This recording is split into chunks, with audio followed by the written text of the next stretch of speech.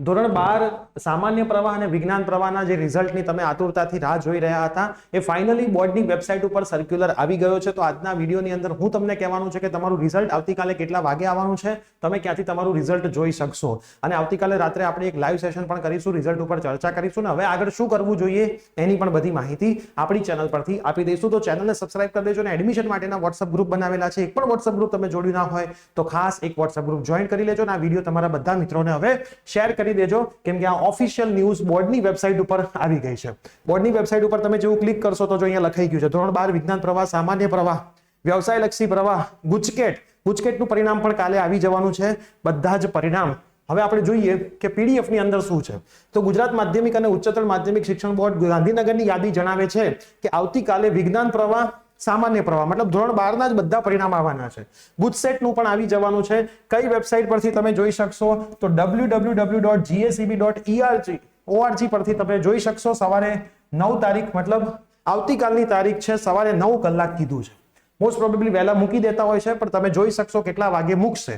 તમારે કેવી રીતે કરવાનું છે, વિદ્યાર્થી તેમનું પરિણામ બેઠક ક્રમાંક એન્ટર કરીને મેળવી શકશે, મતલબ તમારો સીટ નંબર નાખવાનો છે અથવા તમે આ વોટ્સઅપ નંબર પર પણ મેસેજ કરીને તમારું પરિણામ જોઈ શકશો.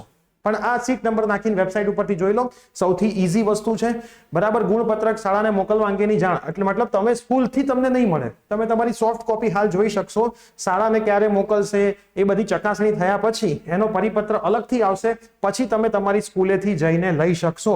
તો મતલબ કાલે તમે સ્કૂલે પહોંચી ના જતા. જો અહીંયા લખ્યું છે કે ભાઈ વિદ્યાર્થીઓના ગુણપત્રક, પ્રમાણપત્રક અને એસઆર શાળાવાર મોકલવા અંગેની જાણ હવે પછીથી કરવામાં આવશે.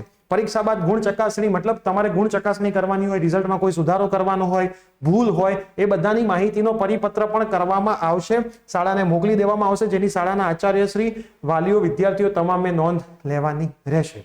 તો કાલે તમારું રિઝલ્ટ 9 તારીખ આવતીકાલ 9/5 gacb.org ની વેબસાઇટ પરથી 9 વાગે તમે જોઈ શકશો. ધોરણ 12 વિજ્ઞાન પ્રવાહ, સામાન્ય પ્રવાહ, ગુજકેટ બધા જ પરિણામ એક સાથે જ આવી જવાના છે.